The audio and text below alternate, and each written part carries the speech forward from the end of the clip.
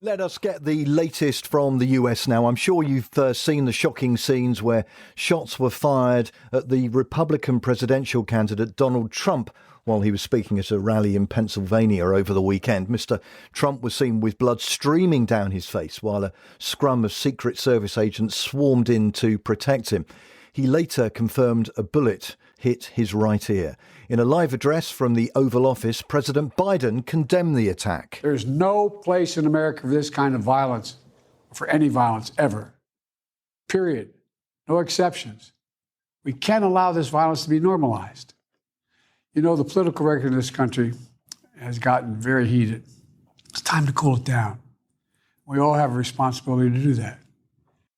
We can get more on this now with Dan Harris, who worked extensively on Capitol Hill and at the White House under the Reagan administration. He's also host of the international podcast Overhereoverthere. Dan, good morning. So what more do we know about what happened on Saturday?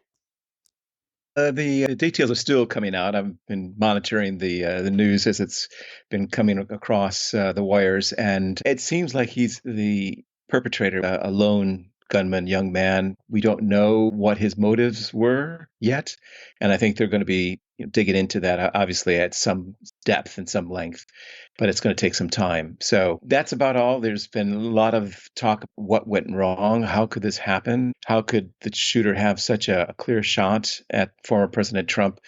And so it does look like a breakdown in the security service in that area. But they have a very challenging job. And you can imagine that they will do their best to protect the candidates or the person that they're protecting. So I don't want to come down too hard on the Secret Service, but it's just one of those things that will just have to be looked at. And despite the attempt on his life, Donald Trump was straight back, it seemed, on the campaign trail. Well, that is to his credit. He's showing that he's robust and can recover quickly. That's laudable for sure. I just want to know from both sides, both Republican and Democrat, what their rhetoric will be like going forward regarding this and other acts of violence. Certainly the rhetoric that has been characterizing our politics for the last decade or so. So we'll see what happens. It won't change overnight. But we'll see how someone will respond. From the first indications that I've heard from most politicians on both sides is obviously to dampen down the rhetoric and to keep calm and cool heads. And we heard that expressed by President Biden. There have been some, though, that have been making a little bit of political capital of it on the right, which is not good. But we hope those are a minority of folks who are doing that, because we certainly need to change the rhetoric of this campaign and the way we conduct ourselves. Dan, do you think this attempt to take the life of former President Trump will garner him more popularity than perhaps he saw before that attempt? That'll be something to watch in the next week or two with the polls that come out.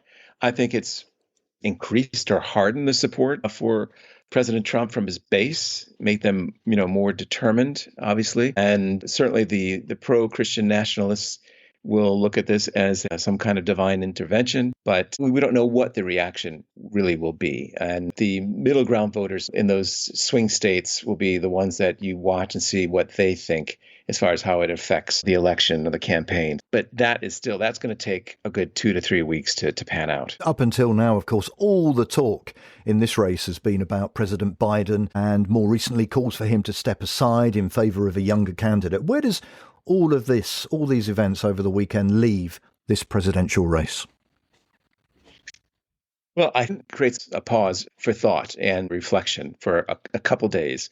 It won't last long because I think our values don't change overnight. And it's going to take a good while, a good many, I would say, decades to change what has been building for decades. And that is our public discourse. And so that is going to take, education through increased emphasis on civics. And we've heard of the big lie and the stop the steal and other titles that are used and thrown about as far as the political rhetoric is concerned. But I'll throw another one in there. We need a big mediation between people from the grassroots up. And that's really will help change things. But as far as how it's going to leave the political campaign, I think it just causes a pause that within a week or two, unfortunately, they'll be back at it. Maybe not with the same ferocity that has characterized the debate so far. People will watch themselves a little bit more on the airwaves, but I don't think it's going to be that much change after a week or two. I'm sorry to say, because I think the change that is needed is going to take a lot of time and a lot of consideration by many folks and a concerted effort by the leaders of Western democracies.